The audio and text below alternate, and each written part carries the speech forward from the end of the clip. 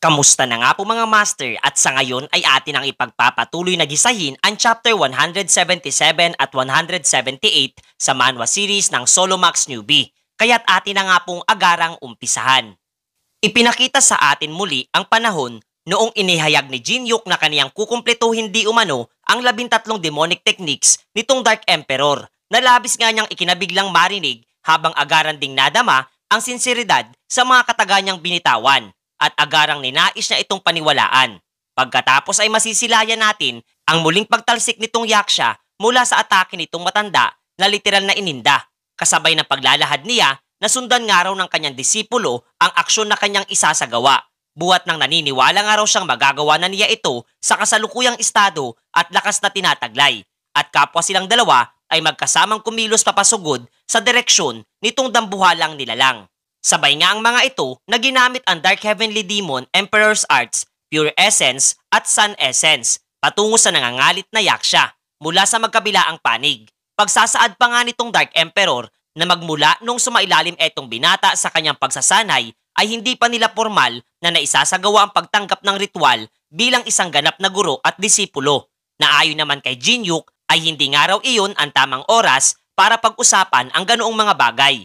Samantalang eto namang yaksha ay urat na nga sa mga pinagsasasabi nitong dalawa na nasa kanyang harapan. Ngunit wala namang pake sa kanyang pananaw etong Dark Emperor na malakas ngang idineklara ang pagpapasa ng lahat ng kanyang mga nalalaman patungo sa kanyang disipulo na si Jinyuk.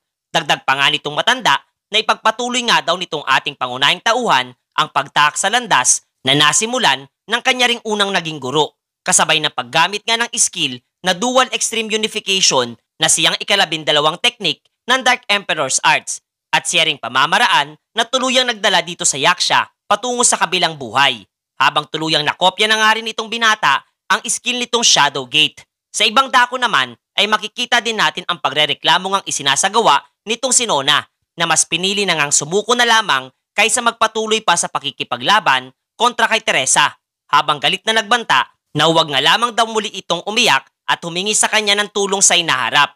Nalabis namang ikinatuwa niyang marinig at ninais na ngang do ituluyang tapusin na ang isinasagawa niyang pagsasanay.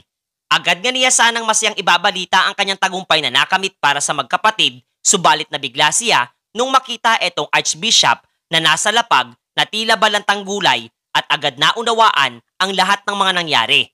Eto nga ring Dark Emperor ay masaya sa naging tagumpay nilang naisagawa ni Jinyuk. Nakasalukuyang sunod-sunod ang pagpapayag ng system sa kanyang mga pabuya at pag-level up. Subalit ang kasiyahan ngang iyon ay daglian ding napalitan ng pagkabahala buhat nang nagsimula ng damdamin nitong matanda ang pinsalang naidulot sa kanya nitong si Samadja na agad namang ninais na pagalingin nitong ating pangunahing tauhan mga master. Nagpapaalam na nga sana etong kanyang guro, subalit pilit naman siyang pinapahinto nitong si Jinyuk sa pagsasaad ng ganoong mga bagay. Napuna nga rin niya ang pagkasira ng daluyan ng mana sa katawan nitong matanda na marahil siyang epekto nitong lason. Kung kaya't do'y mabilis nga niyang tinawag etong si Wuliang at inatasang dalhin at itago etong kanyang guro sa mas ligtas na lugar. Gayon din binigyang diin na kahit anong mangyari ay huwag nga raw niyang hahayaang mamatay etong matanda. Na buong puso namang tinanggap nitong kanyang alagad ang isang napakahirap na misyon sa ngayon at mabilis na kumilos papalabas ng dungeon. Eto namang si Chai Hong-ah ay napaupo na lamang sa lapag katabi ang labi nitong hambog na si Goy Ryong. Nalulungkot nga siya sa sinapit nitong individual buhat sa padalos-dalos nitong pagpapasya hanggang sa natigilan nga itong babae mula sa isang kakaibang apoy na lumabas mula sa labi ng yaksha na tinatawag na indescribable flame. Nabigla nga rin etong binata buhat nang simulan nitong kalkulahin ang kontribusyon nilang dalawa ng Dark Emperor at labis siyang binalot ng takot nang isaad ng system ang resulta ng kanilang nagawa na nagdulot ng pagkakaroon muli ng panibagong invasion ng mga nilalang ng ancient times sa mundo ng mga tao. Pagkatapos ay inilipat ang eksena sa kinaroroonan nitong dambuhalang babaeng ribulto at eto ngang si Hastings ay humihingi ng paumanhin sapagkat hindi nga raw ang Heavenly Demon ang tumalo sa yaksha na naglalayon sanang wasakin ang buong pwersa ng Murim, bagkus ang pumaslang dito ay ang manlalarong si Kang Jinyuk. Sumagot naman ito ng ayos lamang na ikinabigla niyang marinig. Huwag na nga raw mabahala pa si Hastings sapagkat mas napaganda pa nga raw ang nangyari dahil mabibigyan ng pagkakataon ang kanilang puwersa na makalabas ng tore. Maluhaluha naman sa kasiyahan etong Goblin at ninais nang simulan ang paghahanda para sa kanilang puwersa nitong tinatawag na The Great Creature of Ancient Times. Dahil nga sa insidenteng naganap sa Heavenly Mountain, ay nagsimulang nagkaroon na rin ng malaking pagbabago sa Heavenly Demon Divine Cult, buwat nang idiniklara na nitong si Samaja ang kanyang sarili bilang bagong leader, matapos ang misteryosong pagkawala nitong Heavenly Demon at ng Dark Emperor, na tinanggap naman ng karamihan sa mga tagasunod nito. Nakarating na nga rin sa kaalaman nitong si Seyang ang pagbabagong naganap sa kulto, maging ang tuluyang pagpapawalang bisa nitong si Samaja sa kasunduang namamagitan sa pwersa ng Murim. Kaya't nangangamba nga siya kung anong pagpapasya ang dapat nilang isagawa sa ngayon, kung dapat ba silang makiisa sa paghahanda para sa paparating na digmaan kontra sa pwersa ng demonic cult. Nahihirapan nga daw siyang magsagawa ng desisyon kung mananatili na lamang silang tahimik sa isang tabi habang nagaganap ang lahat ng ito o ang maging bahagi sa daloy ng mga kasalukuyang nagaganap. Hanggang sa tinawag nga nitong si Chun Yusong ang atensyon ng kanyang guro at do'y ipinahayag ang plano niyang paghinto muna sa pagsasanay buwat nang muli na siyang babalik sa kanilang mundo. Ninais naman sana siyang pigilan nitong soul-chasing Seyang na sinagot naman ni Chun Yusong na naisin man niya ang nasabing bagay, subalit nakadarama nga daw siya ng hindi maganda buwat sa biglaang mensahe na ipinadala nitong si Jin Yuk para sa bawat miyembro ng Veterans Company mga master. Do'y inilipat nga ang kwento sa himpilan ng Hunters Association ng Korea at labis niyang ikinabiglang mapag-alaman nitong tumatayong chairman ang pahayag nitong ating pangunahing tauhan hinggil sa paparating na delubyo sa kanilang mundo. Dagdag pa nga nitong binata na nakatitiyak siya sa bagay na iyon buwat sa nagmula ang nasabing impormasyon sa isa sa kanyang mga pinagkakatiwalang impormante at binigyang diin na sa kanilang bansa pa mismo ito magaganap.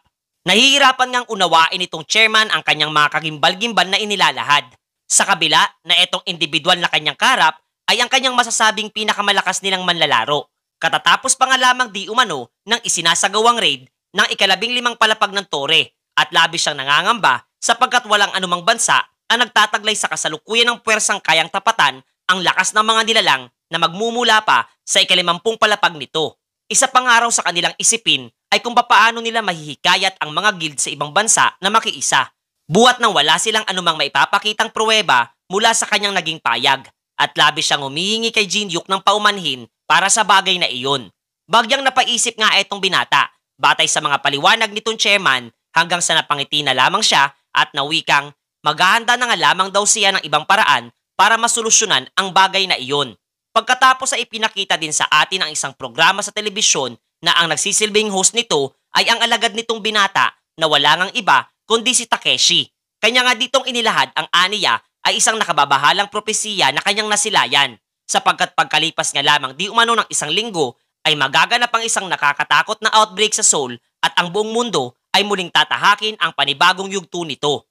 Ito nga ang naging solusyon ni Jin Yuk, ang gamitin ang abilidad ng kanyang underlings na Hemi Foresight. Malaki nga daw ang naging impluwensya ng kanyang abilidad sa pagpapasya at paniniwala ng karamihan, sapagkat nagiging totoo ang kanyang mga propesiyang ipinapakita sa kanyang mga livestream. Do'y masisilayang tuwan-tuwa naman etong si Takeshi sapagkat muli nga daw siyang kinailangan nitong si Jin Yuk at labis na iniisip na isa nga daw siyang pinagpala.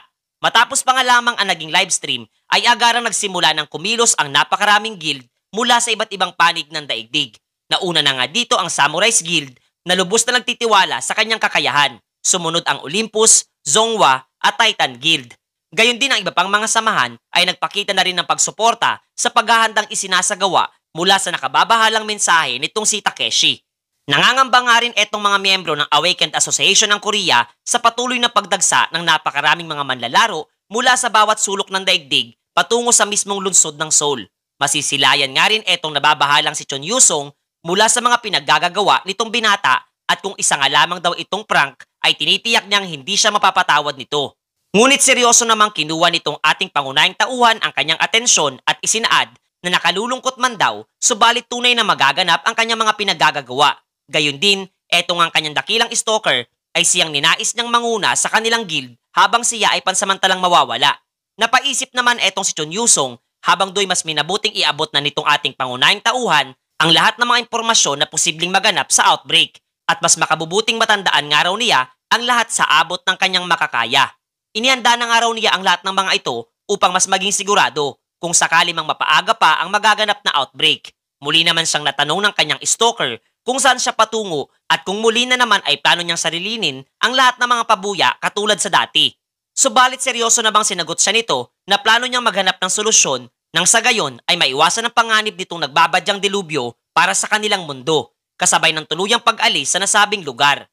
Napangiti na nga lamang etong si Chun Yusong kasabay ng pagtatanong kung hanggang kailan pa plano nitong si Teresa na magtago sa isang sulok gayong nakaalis na rin etong binata. Hindi naman alam nitong si Teresa kung anong kanyang isasagot at plano nga raw niyang panandali ang lumayo muna hanggang sa tuluyan nga raw siyang mamiss nitong ating pangunahing tauhan mga master. Samantalang sa loob ng Great Library ay masisilayan etong nasasabik na pagmumukha ni Mr. Rick buhat sa kanyang nasisilayan ang full set ng yaksha equipment na ipagkakalob nga raw sa kanya nitong binata kapalit ang mga bagay na nakasulat sa isang pirasong papel. Naninibago naman etong nasabing individual sa direkta at walang paligoy-ligoy na transaksyong nais niyang isagawa. Kasabay noon ay binuksan nga din itong si Jinhyuk ang isang espesyal na item na tinatawag na Shadow Gate na magdadala sa kinaroroonan ng isang high floor manager.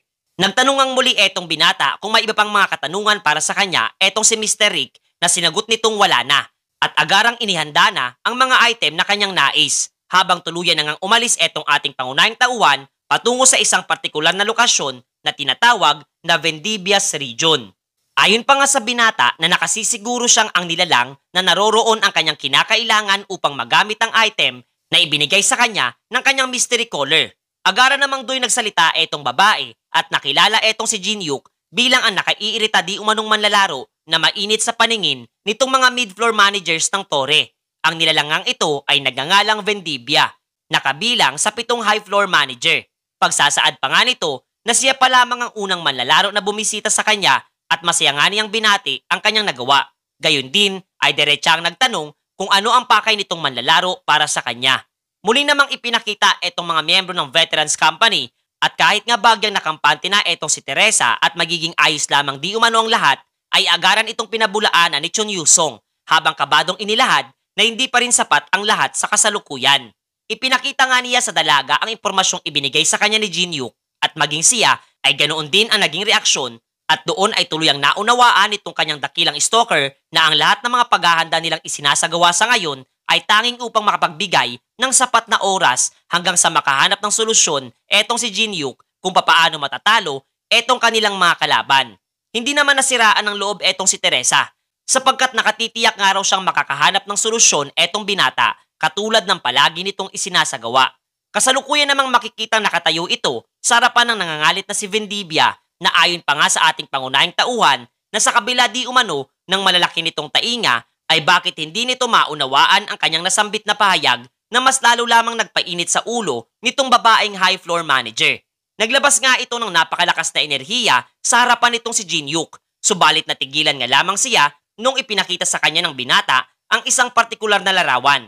Ito nga ay ang apoy na nalikha mula sa mga labi ng mga nilalang na nagmumula sa ancient times kapag sinakop ang iba pang mga palapag. Dapat nga raw ay pinapangalagaan ito ng mga high floor managers, subalit bakit ang isa sa kanila ay sinisira ang balanse mayroon ang Tore. Naunawaan naman nitong si Vendivia ang nais na iparating ng binata at nakatitiyak na eto nga raw si Hastings ang may pakana ng lahat at sinisira na ang balanse ng laro. Malakas at direktang muling isinaad ng binata ang pagnanais ng humingi ng tulong na magmumula dito kay Vendivia habang hindi pa nga raw huli ang lahat.